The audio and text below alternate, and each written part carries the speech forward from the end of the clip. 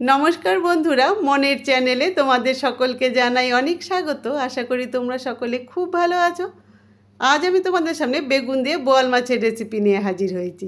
তার জন্য সবার প্রথমে আমি মাছগুলোকে খুব ভালো করে ধুয়ে নিয়ে এরপর তাতে নুন আর হলুদ দিয়ে খুব ভালো মতন খানিকক্ষণ মেখে রেখে দেব।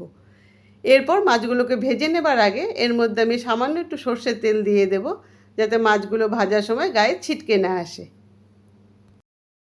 মাছে নুন হলুদ মাখিয়ে নেবার পর এখন মাছগুলোকে ভেজে নেব। তার জন্য কড়াইয়ে তেল দিয়ে দিয়েছি, তেল গরমও হয়ে গেছে। এখন সেই তেলের মধ্যে একে একে মাছের টুকরোগুলোকে ছেড়ে দেব এবং খুব কম আঁচে ধীরে ধীরে মাছগুলোকে আগে ভেজে তুলে নেব।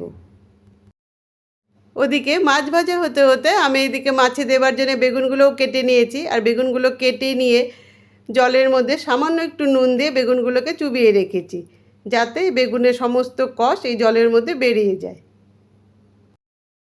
বোয়াল মাছ ভাজতে একটু সময় লাগে, তো এইভাবেই খুব ধীরে ধীরে একদম কম আঁচে আমি সবকটি মাছই আগে ভেজে তুলে নিয়েছি। মাছগুলোকে ভেজে তুলে নিয়ে এরপর আমি বেগুনগুলোকেও ভেজে নেব। তার জন্য কড়াইয়ে বেগুনগুলোকে দিয়ে তার মধ্যে হাফ চামচ নুন দিয়ে দিয়েছি।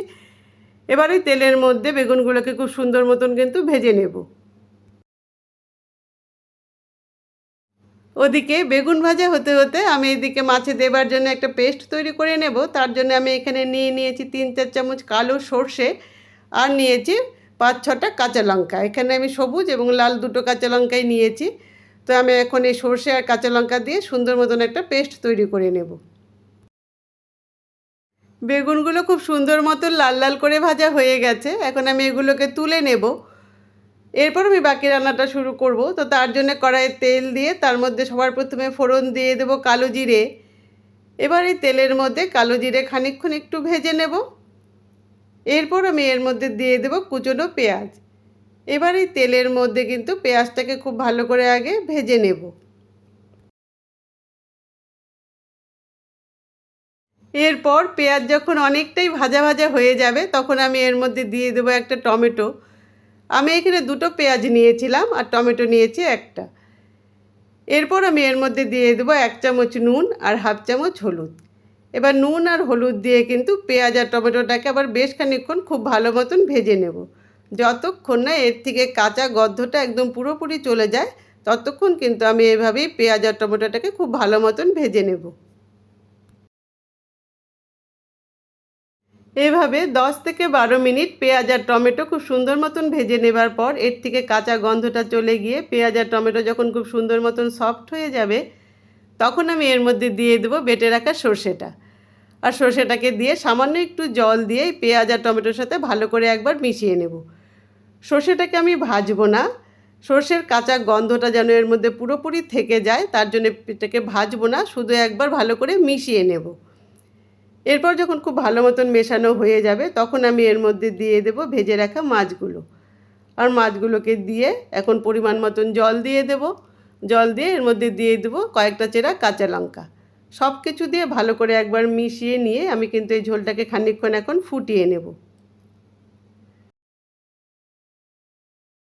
বোয়াল মাছ এমনিতেই খুব নরম মাছ, তো ভাজার সময় এটা অনেকটাই হয়ে গেছে, তাই ঝোলের মধ্যে দিয়ে এটাকে কিন্তু খুব বেশি আর ফোটানোর দরকার নেই। তো আমি এখন এর মধ্যে সামান্য একটু জল দিয়ে দেব। জল দিয়ে এখন ঢেকে কিন্তু 10 মিনিট হতে দেব।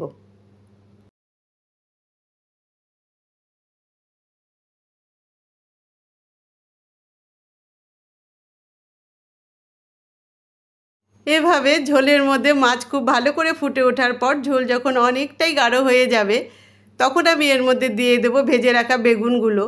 আর বেগুনগুলোকে দিয়ে এই ঝোলের মধ্যে ভালো করে একবার মিশিয়ে নিয়ে আরও 5 মিনিট কিন্তু আমি এই ঝোলের সাথে মাছ আর বেগুনটাকে ফুটিয়ে নেব।